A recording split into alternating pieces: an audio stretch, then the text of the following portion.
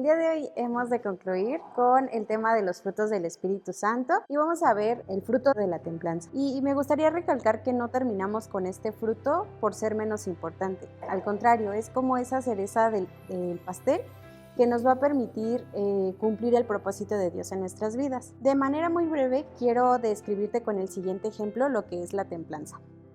Seguro has escuchado sobre el vidrio templado o el acero templado. Ambos productos son sometidos a temperaturas graduales y altas para después ser añadidos a unas temperaturas muy bajas.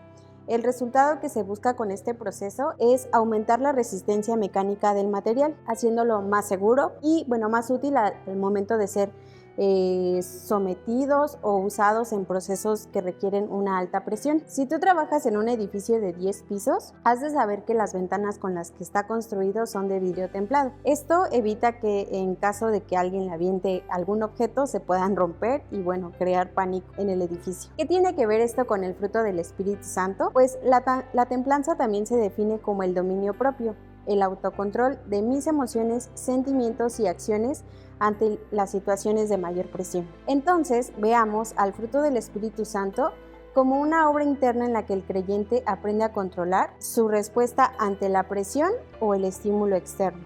¿Para qué? Para convertirse en un ser productivo para la obra de Dios, para el prójimo y para su propia vida. La historia del pasado y los corrientes ejemplos cotidianos nos ilustran de qué manera la falta de autocontrol y de dominio propio sobre nuestras emociones, sentimientos y acciones producen tremendos daños en nuestros corazones. La Biblia nos muestra un ejemplo muy triste pero muy certero de lo que produce la falta de templanza, la intemperancia. Un ejemplo de esto es la vida del rey Saúl. Sus emociones desenfrenadas y no racionales tuvieron como consecuencia el deterioro de su vida, pero también de la salud espiritual de su pueblo y el distanciamiento de Dios en ambos.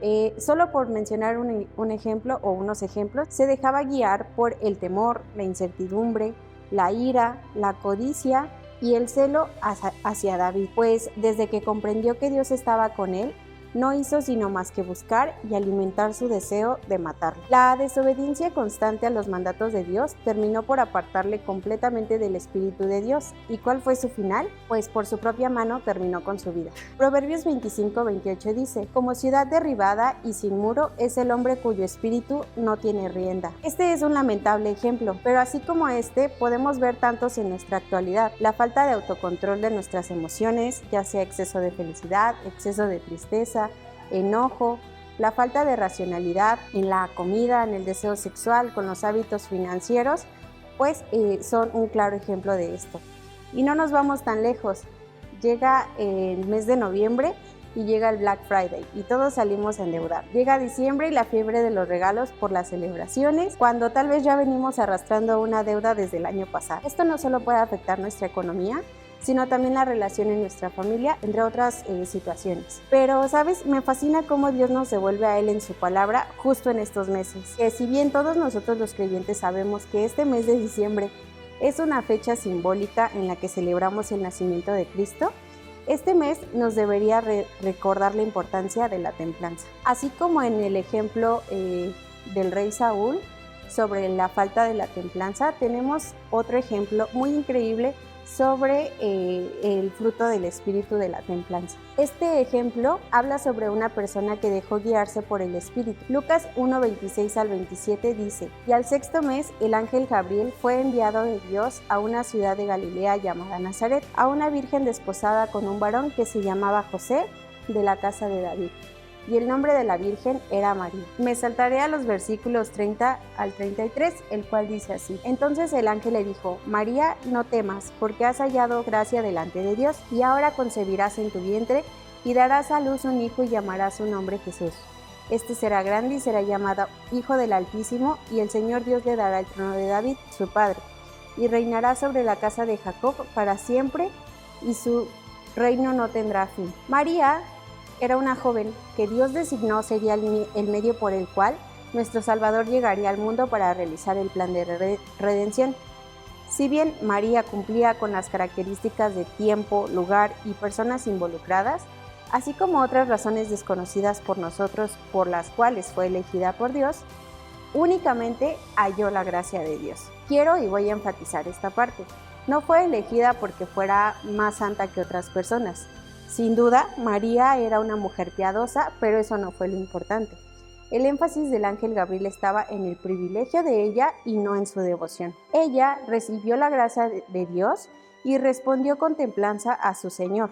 ¿Para qué? Para que se hiciera conforme a su voluntad, negando a sus propios temores o incertidumbres, calmándose o dominándose. Vayamos rápidamente al contexto de María y de esta noticia. Esta presión o circunstancia externa. 1. María estaba desposada. En palabras cortas, comprometidas, pero no en unión conyugal con José, pues para eso y de acuerdo a la ley, todavía se debía esperar un año. 2. Estar embarazada significaba contraer relaciones sexuales, algo no permitido hasta que se terminaba el proceso de desposados. 3. La pérdida de la virginidad en este momento significaba deshonra, infidelidad, expulsión e incluso la muerte. Y 4. El rechazo de José. Con todo esto encima, claro que ella temió, dice la palabra, y seguramente por su cabeza pasó en formato película todo lo que podría pasar. Siendo honestas y honestos, ¿cómo reaccionaríamos nosotros ante este tipo de situación? Pues seguramente en un completo y absoluto miedo. De pronto a nuestra mente saltarían un montón de dudas como ¿cómo crees? ¿Me van a matar? Esto y aquello. Pero la palabra de Dios nos muestra cómo el Espíritu de Dios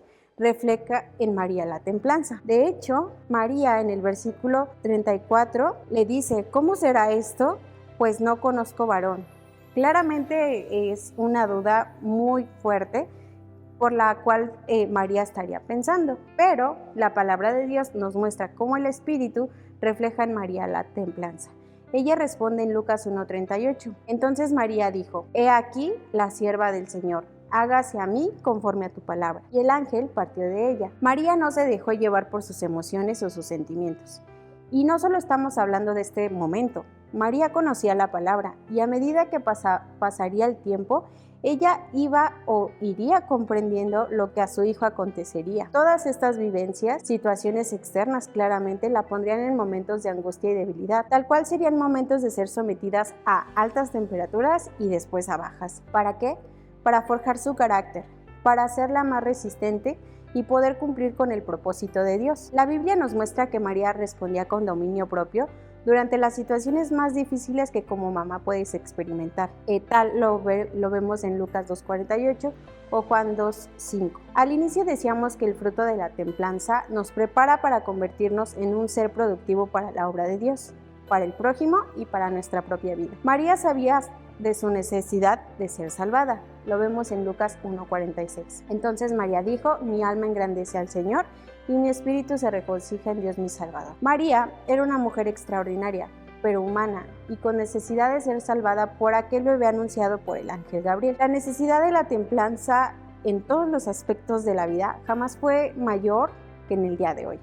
Es tan importante que en una época en la que vivimos actualmente, el fruto del Espíritu, la templanza, sea nuestro diario vivir, para ser ese ejemplo y perseverar en este fruto, para convertirnos en un ser productivo para la obra de Dios. Segunda de Timoteo dice de la siguiente manera, porque no nos ha dado espíritu de cobardía, sino de poder, de amor y de dominio propio. El versículo 9 menciona, según el propósito suyo y la gracia que nos fue dada en Cristo Jesús antes del tiempo de los siglos. Tenemos que recordar que muchas veces seremos sometidos a situaciones de altas temperaturas y de un momento a otro podemos ser sometidos a situaciones de bajas temperaturas. Pero recuerda que esto sucede así para que podamos hacer la voluntad de Dios y ser esa herramienta por la cual muchas personas puedan conocer de aquel niño anunciado, Jesús, el Cristo, del Mesías que nació en Belén para redimirnos y restaurar nuestra relación con el Creador. Dios te bendiga.